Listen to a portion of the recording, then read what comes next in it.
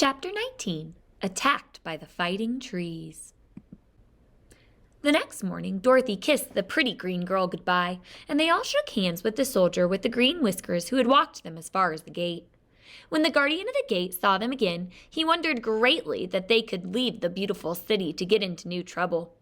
But he at once unlocked their spectacles, which he put back into the green box, and gave them many good wishes to carry with them. "You are now our ruler," he said to the Scarecrow, "so you must come back to us as soon as possible." "I certainly shall if I'm able," the Scarecrow replied, "but I must help Dorothy to get home first."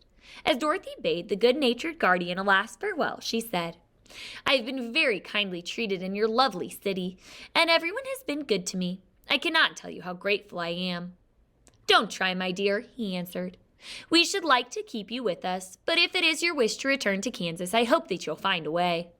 Then he opened the gate of the outer wall, and they walked forth and started upon their journey. The sun shone brightly as our friends turned their faces toward the land of the south. They were all in the best of spirits and laughed and chatted together. Dorothy was once more filled with the hope of getting home, and the Scarecrow and the Tin Woodman were glad to be of use to her.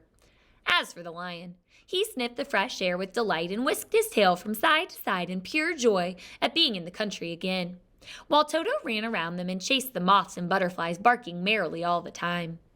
"City life does not agree with me at all," remarked the Lion, as they walked along at a brisk pace.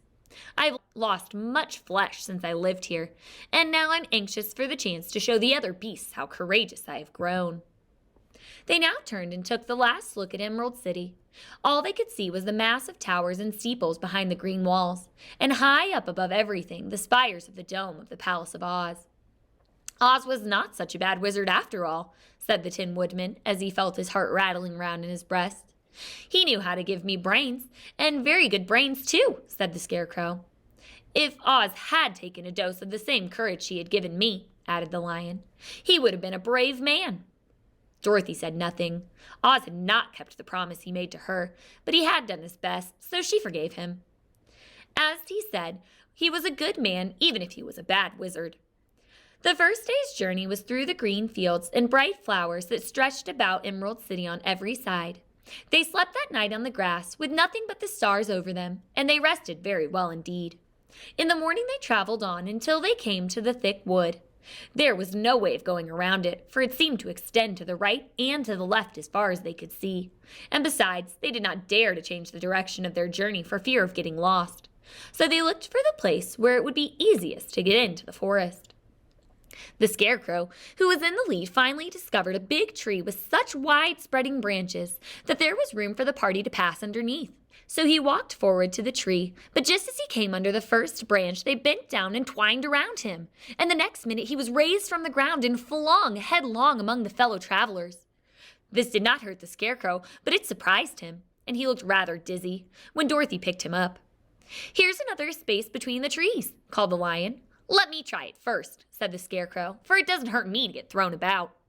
He walked up to another tree as he spoke, but its branches immediately seized him and tossed him back again. "This is strange," exclaimed Dorothy. "What shall we do?" "The trees seem to have made up their minds to fight us and stop our journey," remarked the Lion. "I believe I will try it myself," said the Woodman, and shouldering his axe, he marched up to the first tree that had handled the Scarecrow so roughly. When a big branch bent down to seize him, the Woodman chopped at it so fiercely that he cut it in two. At once the tree began shaking in all its branches as if it was in pain, and the Tin Woodman passed safely under it. "Come on," he shouted to the others. "Be quick."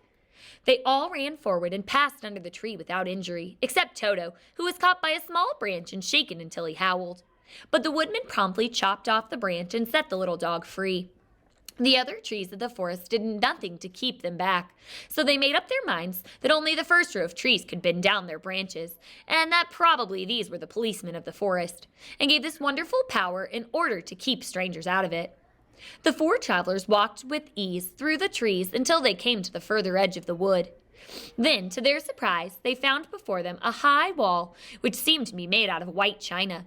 It was smooth like the surface of a dish and higher than their heads. "What shall we do now?" asked Dorothy. "I will make a ladder," said the Tin Woodman, "for we certainly must climb over the wall."